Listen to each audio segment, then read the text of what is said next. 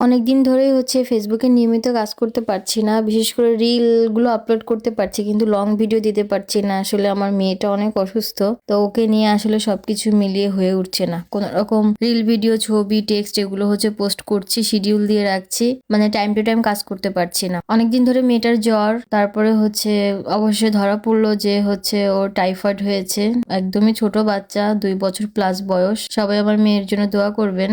আর রান্না করছিলাম হচ্ছে গরুর মাংস। এটা হচ্ছে শুক্রবারে রান্না ছিল। শুক্রবারে হচ্ছে বাসায় মেহমানও ছিল। আসলে বাচ্চারা অসুস্থ থাকলে তো কোল থেকে নামতেই চায় না। অনেক ওরা নিজেরা অসুস্থ থাকে, সাথে সাথে তো মায়েদেরকে অসুস্থ করে ফেলে। মানে মা ছাড়া কিছুই বোঝে না, কারো কাছেই থাকতে চায় না, মানে খেতে চায় না।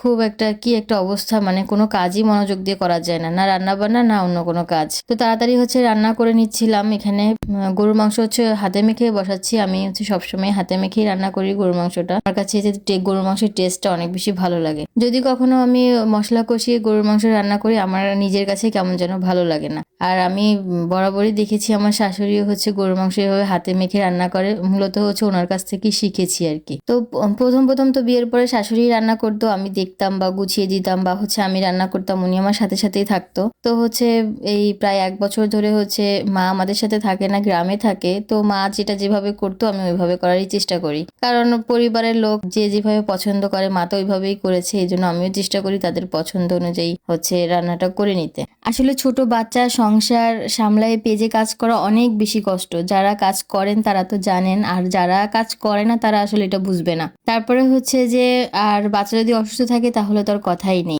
আবার আরো কথা আছে, যারা হচ্ছে সংসার এবং পেজ দুইটা সমান তালে চালাচ্ছে বা হচ্ছে ভালোভাবে মানে সামনের দিকে নিয়ে যাচ্ছে, তার মানে এটা বুঝতে হবে যে যে ব্যক্তিটা এই কাজটা করছে তার নিজের প্রতি মানে তার কোনো মায়া দয়া নেই। তার নিজের প্রতি, তার নিজের জন্য তার কোনো মানে সময় নেই। নিজের জন্য 10টা মিনিটও ব্যয় করে না।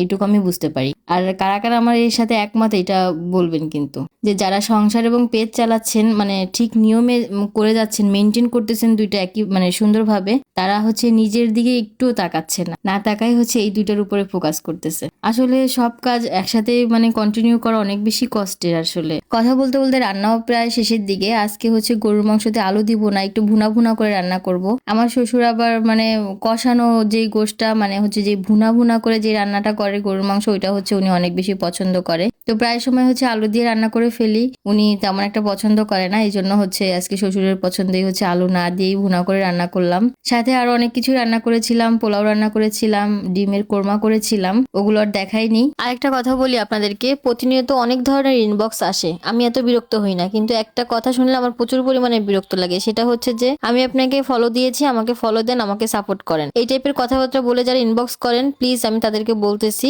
এরকম কথা বলে আপনারা আমাকে ইনবক্স করবেন না কেউ। আপনাদের একটু ধৈর্য নাই, সহ্য নাই, আপনারা কিভাবে পেজে কাজ করতে আসেন আমি এটাই বুঝি না। তো আজ এই পর্যন্তই। এতক্ষণ যারা সঙ্গে ছিলেন অনেক ধন্যবাদ আপনাদেরকে। পরবর্তীতে কথা হবে নতুন কোনো ভিডিওতে। ভালো থাকবেন সবাই, আল্লাহ হাফেজ।